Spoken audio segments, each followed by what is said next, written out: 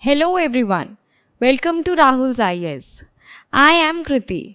In today's video, I'll be talking about a recent judgment given by the Honorable Supreme Court in the case of RF Asim Company Limited versus Micromax Informatics FZE, which has been authored by the Honorable Mr. Justice J.B. Pardiwala along with Dr. D.Y. Chandrachud, the then Chief Justice, and the Honorable Mr. Justice Manoj Mishra.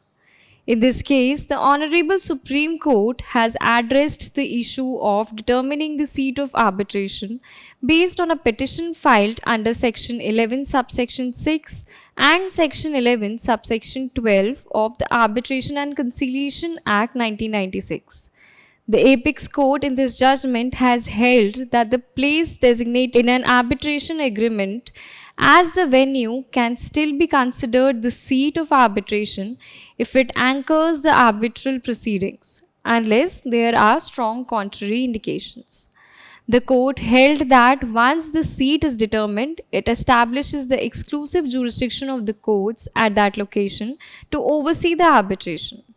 This court rejected the notion of concurrent jurisdiction and clarified that the closest connection test, which sought to determine the seat based on the law most connected to the arbitration agreement, is no longer valid, and it further emphasized that the law governing the contract does not necessarily dictate the law governing the arbitration agreement or its seat. Now, first, let's look around at the facts of the case surrounding the present judgment. So basically, the facts are such that the petitioner in this case had entered into a consumer distributorship agreement dated 9th November 2010 for the distribution of handsets which were manufactured by the respondent. And the said agreement was executed by the parties in Kabul, that is in Afghanistan. The agreement stipulated that the said agreement will be governed by the laws of UAE and will be subject to the non-exclusive jurisdiction of the Dubai courts. Also, under the terms of the said agreement, especially under clause 26, it was stated that if any dispute arises out of the agreement between the parties, then the same shall be resolved through the arbitration alone. Further, it was stipulated that the venue of the arbitration shall be Dubai and the arbitration procedure shall be subject to the UAE arbitration and conciliation rules. Now, pursuant to this agreement, several transactions took place between the parties, but an issue began around 2012 wherein the arbitration clause was invoked by the petitioner, and it was contended that in the agreement, particularly in clause 27, the parties had not designated a specific court to the exclusion of all other courts to adjudicate the dispute. Thus, no exclusive jurisdiction had been conferred by the parties upon any particular court. Based on these contentions, the petitioner expressed its preference that since the cause of action concurrently occurred both in Afghanistan and India, the arbitration should be administered under the jurisdiction of the courts in India. But there was no reply to the aforesaid notice of invocation of arbitration from the respondents, and hence the present petition came to be filed by the petitioner before the court for seeking appointment of an arbitrator under Section 11 subsection 6 of the 1996 Act. Now, let's understand the brief contentions of the parties. So, firstly, the petitioner contends that the agreement defined the venue of the arbitration as Dubai and the Curial law as UAE arbitration and conciliation rules. And the jurisdiction clause does not confer jurisdiction to the Dubai courts to the exclusion of all other courts. Thus, it was submitted that the parties have only chosen Dubai as the venue of arbitration and not the juridical seat of arbitration. Therefore, the petitioner submits that while preserving the party autonomy, a reference to the venue cannot be treated as the seat of arbitration, and therefore the courts in India can have the jurisdiction to exercise their power in appointing an arbitrator under Section 11 of the Act of 1996. As opposed to this, the respondent in the present case submits that as the governing law and the jurisdiction is of the courts in UAE and the arbitration is stipulated to be under UAE arbitration and conciliation rules, this honorable court does not have the jurisdiction to either entertain the application under section 11 or apply any of the Indian laws. Hence, it was contended by respondent that since part 1 will have no applicability as the arbitration is seated outside India, the present petition ought to be dismissed. Now, based on these contentions made by the parties, the three primary issues before this honorable court were that firstly, whether the present petition under section 11 of the Act is maintainable or not. Second, whether Part 1 of the Act of 1996 is applicable to the arbitration contained in the distributorship agreement. And lastly, the Honorable Supreme Court had to see that what is the seat of the arbitration in terms of the present distributorship agreement. Now, let's discuss what the court had assessed based on these facts and issues. The first observation which the court had made was regarding the concept of the doctrine of concurrent jurisdiction and its applicability of Part 1 of the Act of 1996 in the present case. This court, after delving into the history of the enactment, noted that this doctrine emerged in the Indian arbitration regime with the introduction of Section 20 of the 1996 Act, which provides for the place of arbitration, which is to be read along with the definition of the term court that is stated under Section 2, subsection E of the same Act. The Apex Court also read into the provisions of Section 11 of the 1996 Act contained in Part 1, empowering the court to appoint an arbitrator in case of an international commercial arbitration. Along with that, the court also read Section 2, subsection 2 of the Act, which provides that Part 1 would apply only if the place of arbitration is in India. Thus, after reading all these provisions together, this court concluded that the exercise of the power by the court to appoint an arbitrator under Section 11 is primarily dependent upon the fact that whether Part 1 is applicable in the first place or not. Further, while evaluating this concept, Honorable Mr. Justice Pardiwala delved into various other judgments, dividing them into a pre-Balco and post-Balco regime for deciding the applicability of Part 1 of the 1996 Act. Firstly, with respect to the pre-Balco regime, this court cited the case of NTPC versus Singer Company, wherein this doctrine of concurrent jurisdiction was established for the first time, but in a limited context. In this judgment, it was ruled that two competent courts are allowed to exercise concurrent jurisdiction over procedural matters and the conduct of arbitration. However, jurisdiction over the arbitration agreement and the related issues remained exclusive to the courts at the seat of arbitration. Next, this court also cited the case of Bhatia International versus Bulk Trading, wherein this concept was further expanded and it was held that Part 1 applies to both domestic arbitrations that take place in India and international commercial arbitrations that take place outside India.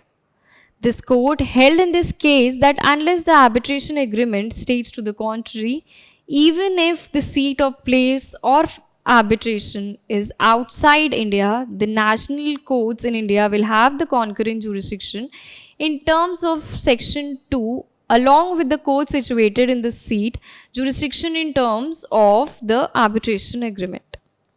Lastly, in this discussion, this court highlighted the case of Venture Global, wherein this concept was expanded by holding that Part 1 would apply to foreign awards as well, and that even after the arbitration was concluded and the award was passed, the court in India will continue to have jurisdiction in terms of Section 2, subsection E of this Act.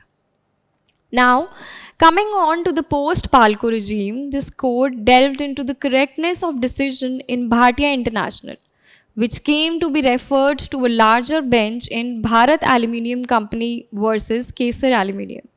in which it was held that the application of Part 1 is only extendable to arbitrations that take place in India, holding further that this position of law would have a prospective application. The true imports of the judgment in Bharat Aluminium was understood in the case of Union of India versus Reliance Industries, wherein this court, through a combined reading of the judgment of Balco and Bhatia International, concluded that if the juridical seat of arbitration is outside India, or if a law other than the Indian law governs the arbitration agreement, Part 1 of the said Act would be implicitly excluded, and in such cases, the doctrine of concurrent jurisdiction does not apply, regardless of whether the arbitration agreement was made before or after the Balco decision. Finally, Honorable Mr. Justice Pardiwala in the present case, after referring to the legal position in all these cases, arrived at the conspectus that Part 1 of the Act and the provisions thereunder would apply only where the arbitration takes place in India. That is, either firstly where the seat of the arbitration is in India, or secondly, the law governing the arbitration agreement is Indian law. The next observation which the court had made was regarding the criteria for determination of the seat of arbitration while evaluating the conflict between seat and venue. Herein, this court explained the closest connection test, which seeks to determine which law governs the arbitration agreement when the parties have not expressly chosen a governing law. This test specifically seeks to identify the jurisdiction that has the closest connection with the subject matter in the dispute, or rather, which system of law has the closest and the most real connection with the dispute between the parties. So, firstly, this court again cited the case of NTPC versus Singer Company, wherein this test was applied for the first time, and the court in this case clarified that the law governing the contract, including the arbitration agreement, dictates which court would have supervisory jurisdiction over the arbitration. If the parties have chosen a specific place for arbitration, then that place will be considered the venue and not the seat, unless there is a substantial connection to that place.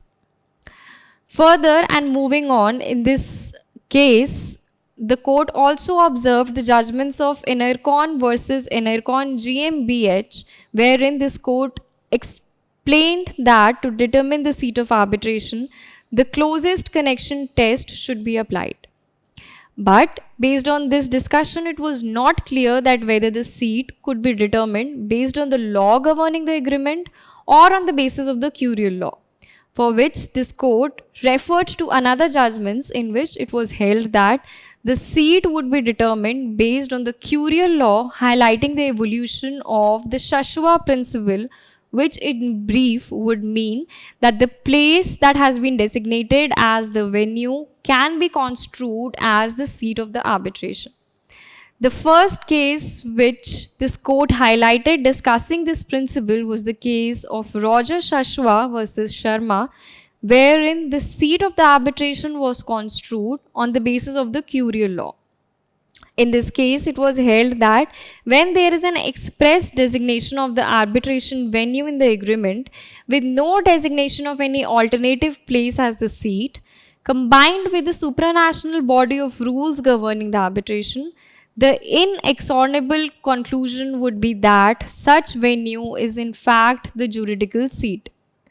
Further, it was observed that often in the arbitration agreements, the law of the arbitration agreement coincides with that of the curial law, and thus any express stipulation of the curial law would aid in determination of the juridical seat. Next, and further, this court also cited the case of Roger Shashua versus Mukesh Sharma, wherein this court held that the test applied in NTPC was no longer a good law, since Section 9, subsection 6 of the Act of 1961 stands repealed, and thereby confirmed the position of the law reiterated in Roger Shashua versus Sharma. Further, this court also highlighted the three condition test laid down in BGS SGS SOMA, wherein the court laid down a test as to when a venue can be construed as the seat of arbitration, which provides that first, the arbitration agreement should designate only one place.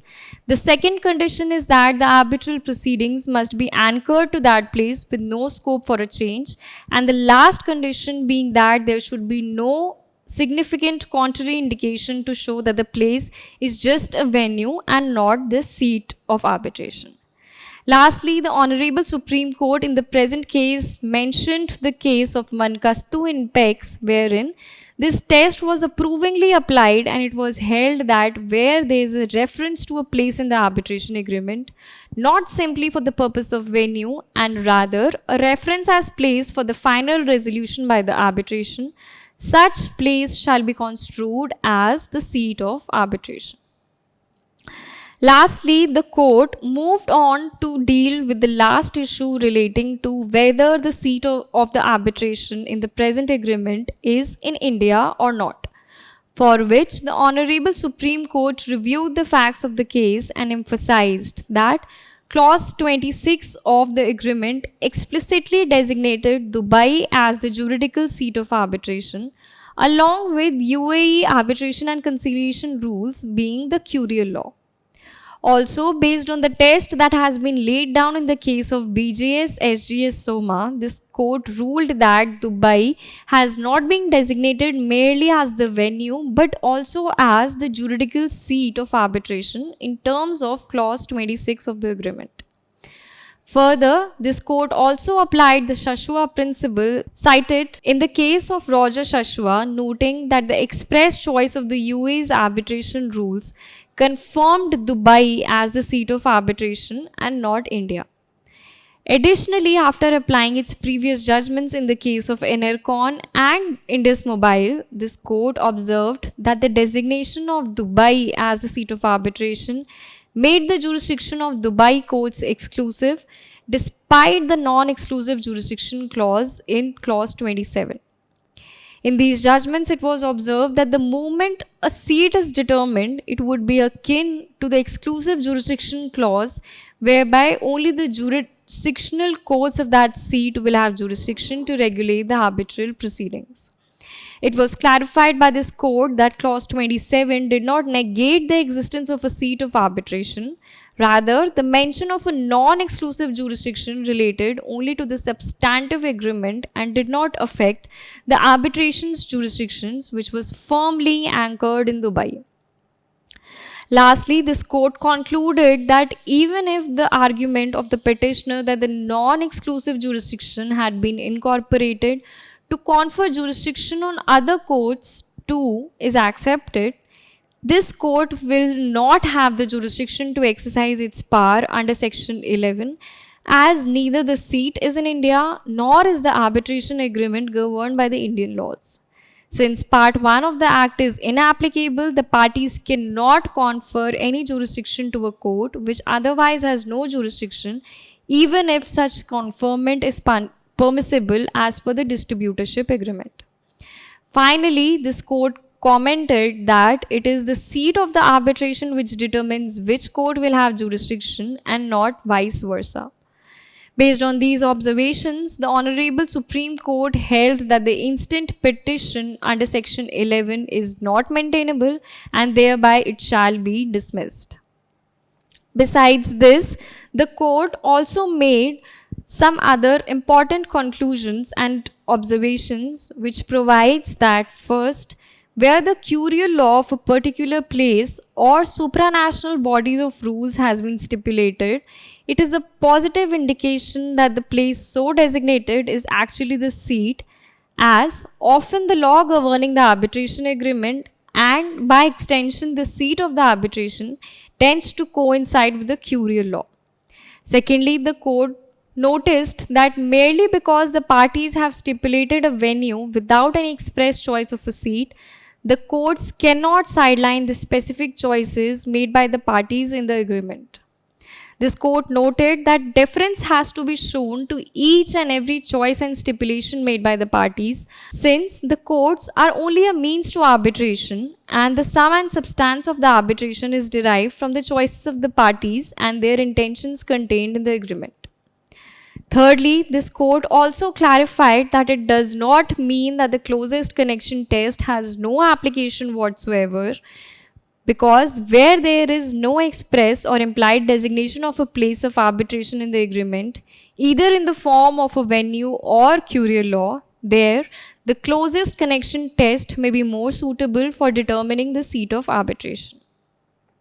Lastly, this court observed that where two or more possible places have been designated in the arbitration agreement, either expressly or impliedly, equally appear to be the seat of arbitration, then in such cases the conflict may be resolved through the recourse to the doctrine of forum non-convenience, and the seat may be then determined based on which one of the possible places may be the most appropriate forum, keeping in mind the nature of the agreement, the dispute at hand, the parties themselves, and their intentions.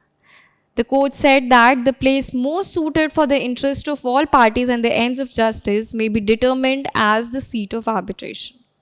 Hence, based on these observations and conclusions, this court decided that the instant petition is not maintainable and ordered that the same shall be dismissed.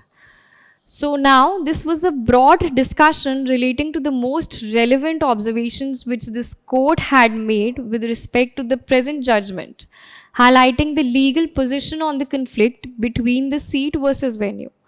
Along with that, certain other discussions on some relevant principles were also discussed in this judgment, such as the doctrine of concurrent jurisdiction, the closest connection test, and the Shashua principle. I've tried to highlight the most relevant and most important observations which the court had made in this case. That is all from my side. I hope that you found this discussion to be fruitful. Thank you.